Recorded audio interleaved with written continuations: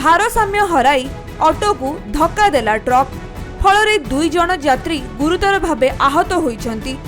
ସେମାନଙ୍କୁ ତୁରନ୍ତ ଉଦ୍ଧାର କରି କାମାକ୍ଷାନଗର ମେଡିକାଲରେ ଭର୍ତ୍ତି କରାଯାଇଛି।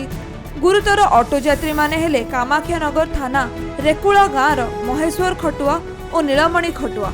ତେବେ ଏହି ଦୁର୍ଘଟଣା କାମାକ୍ଷାନଗର ମୁଖ୍ୟ ରାସ୍ତାର ରେକୁଳା ଗାଁ ରେଲୱେ ଓଭରବ୍ରିଜ ପାଖରେ ଘଟିଛି। सूचनायोग्य महेश्वर खटुआ और नीलमणि खटुआ उभय ऑटो जोगे बाघुआ गाँव में श्रमिकों को छाड़ी रेकुला गाँव को फेरुथिले। एही समय हठात ट्रक टी ऑटो को धक्का देइथिला। फल उभय ऑटो यात्री गुरुतर होइथिले।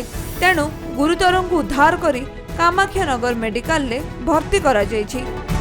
नो एंट्री रे भारी जान चलाचल जोगु दुर्घटना घटिथिबा जणा पड़िछि। तेबे खबर पाई घटनास्थल रे कामाक्षानगर पुलिस पहुंची उभय गाड़ी को जबत करी अधिक तदंत चलाइछि।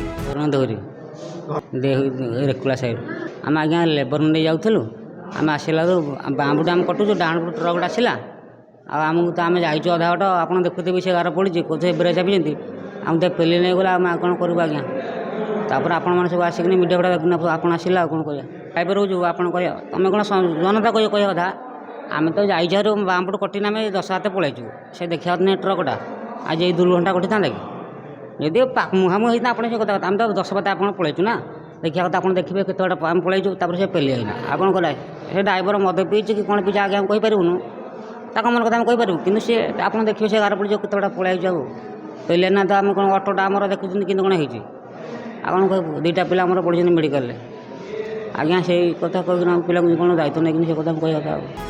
ढेंकानालू हरिकृष्ण राउत को रिपोर्ट खबर ओडिशा।